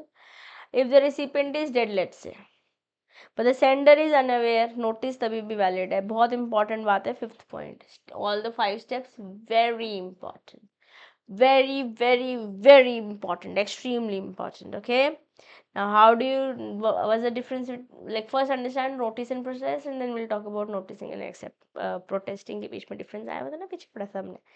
Noting section 99 बात करते हैं। फर्स्ट क्वेश्चन है जो भी मैंने आपको क्वेश्चन बैंक में दिखाया था वो यही था, डिसऑनर ऑफ इंस्ट्रूमेंट हुआ है, होल्डर में gated noted by the notary public, instrument dishonour हो गया है, ठीक है, नोटरी पब्लिक से आप नोटराइज करा लोगे, नोटिंग करा लोगे बेसिकली। नोटिंग में डेट ऑफ डिसऑनर आएगा, रीजन ऑफ डिसऑनर वगैरह, सफिशिएंट फंड्स हैं फॉर एग्जांपल, और नोटरी के चार्जेस आएंगे। प्रोटेस्ट सेक्शन 100 इस बारे में बात करता है। डिसऑनर नोट हो गया, सर्टिफाई कर दिया नोटरी पब्लिक ने, सर्टिफिकेट जो मिला है ना वही प्रोटेस्ट है। Noting and protest, special cases, protest for better security, acceptor मान लेते हैं इंसॉल्वेंट है या क्रेडिट इम्पीच हो गई है, notary demands better security, this is a special case. Okay, ना प्रोटेस्ट के अंदर सर्टिफिकेट है उसके अंदर लिखा क्या क्या होगा, सेक्शन 100 इसके बारे में बात कर रहा है। कॉपी और लिटरल ट्रांसक्रिप्ट आएगा डिसऑनर इंस्ट्रूमेंट का, name of the person for and against whom you are protesting, demand, notary demanded payment acceptance और security, place and place and time, कब डिसऑनर हुआ, बेसिकली रिफ्यूज कब हुआ उसका टाइम भी बताना होगा, नोटरी के सिग्नेचर रिक्वायर्ड है, एक्सेप्टेंस और payment of honour, name of acceptor, payer and method, all of these are to be written in the protesting certificate. ठीक है, जब नोटिंग करा लिया। नोटिस ऑफ प्रोटेस्ट 102 में बात कर रहे हैं, डिसऑनर हुआ, प्रोटेस्ट बाय नोटरी हुआ, नोटिस ऑफ प्रोटेस्ट दे देंगे। अब प्रिजम्पशंस है कुछ 118 के अंदर नेगोशिएबल इंस्ट्रूमेंट में। जनरल प्रिजम्पशन क्या है? कंसिडरेशन है ही, कोई इंस्ट्रूमेंट आया तो अगेंस्ट कंसिडरेशन हुआ होगा, डेट भी मेंशन होगी, एक्सेप्टेंस हुआ होगा and transfer with in reasonable time हो गया होगा। एंडोर्समेंट अपीयर्स इन ऑर्डर, ए से बी, बी से सी, सी से डी, से लाइन से चल रहा है, स्टैम्प ड्यूटी पे कर रखी होगी, होल्डर इन ड्यू कोर्स ही है सेक्शन 8 और सेक्शन 9 के अलाइनमेंट से। ठीक है, now let's talk about owners of holder, मतलब क्या लायबिलिटी है इट इज़ माई ओनर्स, ऐसे सुना होगा आपने या बोलते भी होंगे कभी। ओनर्स ऑफ होल्डर क्या है? अगर नेगोशिएबल इंस्ट्रूमेंट आया है फ्रॉड से, ऑफेंस से, अनलॉफुल कंसिडरेशन से, तो जो बर्डन ऑफ प्रूफ है ना वो होल्डर के पास है, to show that they are the holder in due course. बहुत इंपॉर्टेंट बात है, यहाँ से MCQ भी आ सकता है। That is they obtained in good faith and for value, that is for consideration ना। कोर्ट का रोल क्या है? 119 में बता रखा है, अगर कोई इंस्ट्रूमेंट डिसऑनर हुआ है, प्रोटेस्ट प्रूफ कर दिया है, कोर्ट इसको प्रिज्यूम कर लेगा कि हाँ भाई डिसऑनर ही हुआ है, unless proved otherwise by the defendant. This means if an instrument was acquired legally, it is automatically presumed valid. If the instrument is obtained by fraud or offense, holder will have to prove it that they have got it lawfully, because the burden of proof is on the holder that he is a holder in due course only. भी थोड़ी देर पहले पढ़ा हमने. If the protest is presented in court, the dishonor is presumed to have occurred unless disapproved. Okay, now let's talk about estoppel. A party cannot deny certain facts in court. ठीक है, types of estoppel समझते हैं. Validity estoppel, कौन एस्टॉप कर सकता है? Maker, drawer, acceptor. Basically why they cannot deny? Original validity of the instrument, they cannot deny. Okay, they cannot stop. Pays capacity, maker, acceptor payable to the order of the acceptor. Pays capacity is to endorse, जो पैसे receive भी कर सकता है वो endorse भी कर सकता है. Priors party signature capacity, basically endorser stop कर सकता है सिग्नेचर और capacity of prior party. Key takeaways क्या है? एक बार साइन हो गया तो वो डिनाई नहीं कर सकते फैक्ट को in dispute. Protects holder in due course from false claims. International law section 134 से 137 बात कर रहा है लायबिलिटी ऑफ मेकर और drawer, law of place with instrument was made. Liability of acceptor endorser, law place where it is payable. यहाँ ये पूरा का पूरा MCQ पूछा जा सकता है, इंपॉर्टेंट बॉक्स है, इसको लिख लेना चाहिए आपको अपने नोट पर. Dishonour and notice rules, law of place where payable, foreign law presumption, इसको हम प्रिज्यूम कर लेंगे जैसे इंडिया में ही है, अनलेस प्रूव्ड अदरवाइज, जैसे इंडिया में वैसे ही मान लेंगे. कुछ एग्जाम्पल है, आइए एग्जाम्पल से समझते हैं, दोनों एग्जाम्पल्स देखते हैं. Interest rate conflict. Let's say California, ए जो है कैलिफोर्निया के हैं, वहाँ पे 25% इंटरेस्ट है. बी वॉशिंगटन के हैं, वहाँ 6% इंटरेस्ट है. डिसऑनर इंडिया में हो गया तो बी 6% देगा as per the law is applicable, ए 25% देगा. कंक्लूजन क्या है? Drawer follows the law of the place with the note was made. जहाँ हुआ था, जहाँ बना था वहाँ, where it will follow the place where it was made. Okay, the first one. An acceptor follows the law where the note is payable. Drawer कहाँ? जहाँ बना था. एक्सेप्टर वहाँ जहाँ पेबल है. नोटिस पेबल इंडिया, तो इंडिया का law apply करेगा सारी पार्टीज पर. ऐसा केस आया तो आप खुश हो जाओगे, है ना. एग्जाम्पल 2, सेक्शन 135 क्या बोल रहा है? Notice of dishonour. अगर बिल ड्रॉ हुआ, इंडोर्स हुआ इंडिया में, पेबल है फ्रांस में और डिसऑनर हो गया, तो फ्रांस की ये notice rule will apply even if it is different from Indian law. Why? Because it is payable in France, therefore. Okay, now what is the penalties and procedure? Section 138 से 147 इसके बारे में बात करता है. पेनल्टी क्या है डिसऑनर के लिए? आपको 2 साल के लिए जेल हो सकती है, या फिर जितना भी चेक का अमाउंट है उसका डबल देना पड़ सकता है, या दोनों भी हो सकता है. तो 2 हाँ 2 साल भी 2, पैसा भी 2. Applies if the check bounces due to insufficient funds or exceeding arrangement. Not payable unless presented within 3 months. 3 महीने बाद तो स्टेल चेक हो जाएगा. Demand notice within 30 days and payment not made within 15 days. Dishonour हुआ, 30 दिन के अंदर notice दे दिया और उसके बाद 15 दिन में पैसे नहीं दिए तो डिसऑनर होगा, और फिर ये 2 साल की जेल या फिर डबल द पैसा या दोनों देना पड़ सकता है. Okay, now let's talk about cognizance of offense. Complaint must be filed within 1 month from the cause of action. जिस दिन 30 days के अंदर करना है ना कि भैया डिसऑनर हुआ है। Only a judicial magistrate of first class और the metropolitan magistrate can try the cases under negotiable instrument act. Very important, यहाँ से एग्जाम में आपसे MCQ पूछा जा सकता है। ठीक है, जुरिस्डिक्शन क्या होगी? Collected through an account, payee's bank branch, या फिर presented otherwise than drawee's bank branch. Basically कहाँ को इसकी जुरिस्डिक्शन में लाया करेगा। ओके, नाउ सेक्शन 143 ट्रायल के बारे में बात करें। समरी ट्रायल, मजिस्ट्रेट पास कर सकता है अप टू ईयर इम्प्रिजनमेंट या 5000 का फाइन। और criminal procedure, CR civil procedure नहीं लगता है यहाँ पे, पिनल कोड जो है वो क्रिमिनल पिनल कोड लगता है। ओके, CRPC लगता है। Service of summon, summon is बुलावा, जब कोर्ट समन भेजता है। Summon can be send via speed post और कुरियर, और अगर आपने समन रिसीव करने से मना कर दिया, it is treated as duly received. आप मना कर रहे हैं ना, बट हमने तो दे ही दिया, तुमने मतलब basically it is served from our side, served from the court side. Compounding of offences, offence under section 138 is compoundable. Compoundable का मतलब होता है कि आप पैसों, जेल टाइप की जगह पैसे दे सकते हैं। यहाँ पे केस लो है M रंगास्वामी वर्सेस R सीतप्पा।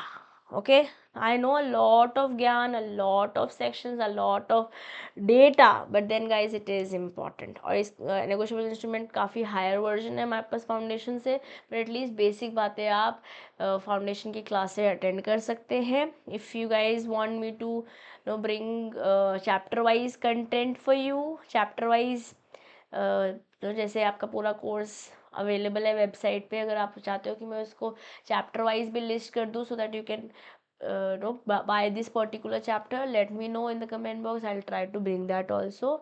ये नोट्स आप डेफिनेटली ले लीजिए, अगर आपका नेगोशिएबल इंस्ट्रूमेंट स्ट्रॉन्ग नहीं है, नोट्स आपको हेल्प करेंगे टू राइट द आंसर्स। और खाली चैप्टर के, एक चैप्टर के 99 नहीं है। One of the student was asking me, is it for one chapter the cost? No, पूरे बुक की कॉस्ट 999 है, but it is for just next few days available at 99 rupees. Okay, तो ये सिर्फ जून 2025 स्टूडेंट्स के लिए till June attempt ये book available है आपके पास as a PE version in the app और in on the website of the channel. Yeah, you can check it out, or the links of which is given in the description box as well as I've pinned it in the comment box. Okay, with this we are done. next session मिलेंगे introduction के बारे में, articles वगैरह सब देखेंगे, 1-1.5 घंटा फिर से बिताएंगे, इंट्रोडक्शन हो जाएगा डन। पार्टनरशिप हम करेंगे उसके नेक्स्ट सेशन में। ठीक है, चलिए अब मैं ले रही हूँ आपसे अलविदा, मिलूंगी नेक्स्ट सेशन में। Till then keep learning, keep growing. This is your friend and your teacher CM Disha Dua signing off today. Bye bye.